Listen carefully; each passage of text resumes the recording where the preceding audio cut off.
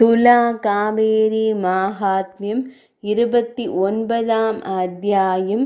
ஹரிச்சந்திர மன்னன் காவேரி நதியின் மகத்துவத்தை புகழ்ந்தது.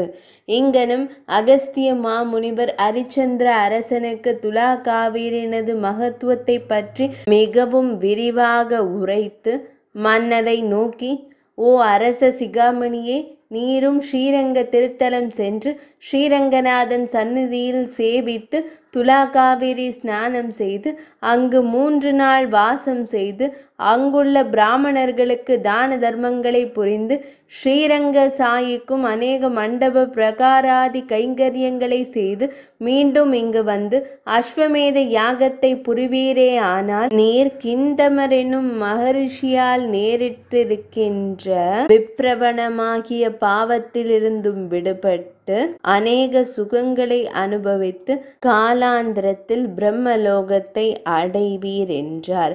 இங்கனம் கேட்ட ஹரிச்சந்திர மன்னனும் பேரானந்தத்தோடு அவரை பலமுறை நமஸ்கரித்து வாசனை மிகுந்த நறுமணம் கொண்ட மலர்களால் அர்ச்சனை செய்து அஞ்சலி புரிந்து வினயபூர்வமாக விண்ணப்பம் செய்வதாவது: முனீஸ்வரரே, இன்றுதான் எனது ஜென்மம் சாபல்யமாயிற்று.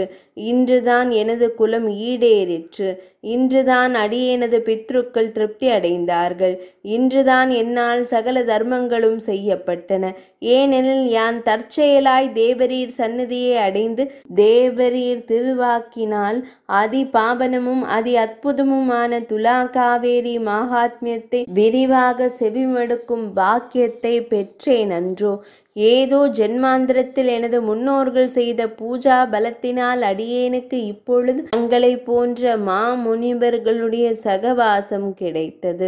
இனி யான் சம்சார சாகரத்திலிருந்தும் கரையேறிவிட்டேன் என்று இங்கனம் பலவாறு அவரை கொண்டாடி அவரை 10 லட்சம் ஸ்வர்ண மலர்களால் அர்ச்சித்து மற்றும் அங்குள்ள ரிஷிமுனீஸ்வரர்களிடமிருந்தும் விடை பெற்று ரதாரூடராய் அநேக சைன்யங்கள் புடைசூழ சகல வாத்திய கோஷங்களுடனே ஸ்ரீரங்க கஷேத்திரம் நோக்கி புறப்பட்டு வழியில் அங்கங்கே இருக்கின்ற கிராமங்கள் நகரங்கள் முதலியவைகளின் காட்சியை பார்த்து கொண்டு ஸ்ரீரங்கம் வந்து சேர்ந்து அங்கு அகஸ்திய முனிவரின் கட்டளைப்படி 3 தினங்கள் தங்கி விதிப்படி துலா காவேரி ஸ்நானம் செய்து புராண சிரவணம் செய்து அந்த பௌராணிகர்களுக்கு தக்க மரியாதை செய்து அங்குள்ள பிராமணர்களுக்கு ஸ்வர்ணங்களை வருஷம் போல் வர்ஷித்து அரங்கநாதனின் திருவடி பணிந்து அநேக மண்டப கோபுர பிரகாங்களை கட்டுவித்து சந்திர புஷ்கரிணியின் ஸ்நானம் செய்து மீண்டும் குருக்ஷேத்திரம் வந்து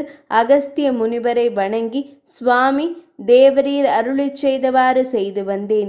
இனி அடியேனுக்கு அஸ்வமேத யாகத்தை நடத்தி வைக்க வேண்டும் என்று பிரார்த்திக்கவே அகஸ்திய மாமுனிவரும் அப்படியே அங்கிருக்கும் ரிஷி முனிவர்களை கொண்டு அந்த யாகத்தை விதிப்படி நடத்தி வைத்தார். உடனே ஹரிச்சந்திர மன்னனும் சந்தோஷ சித்தனாய் அகஸ்தியாதி முனிவர்களை பணிந்து அவர்களிடத்தில் விடை பெற்று வெகு கோலாகலத்துடன் தனது நகரமாகிய அயோத்திக்கு சென்றான். துலா காவேரி மாஹாத்மியத்தின் 29ஆம் அத்தியாயம் நிறைவடைந்தது.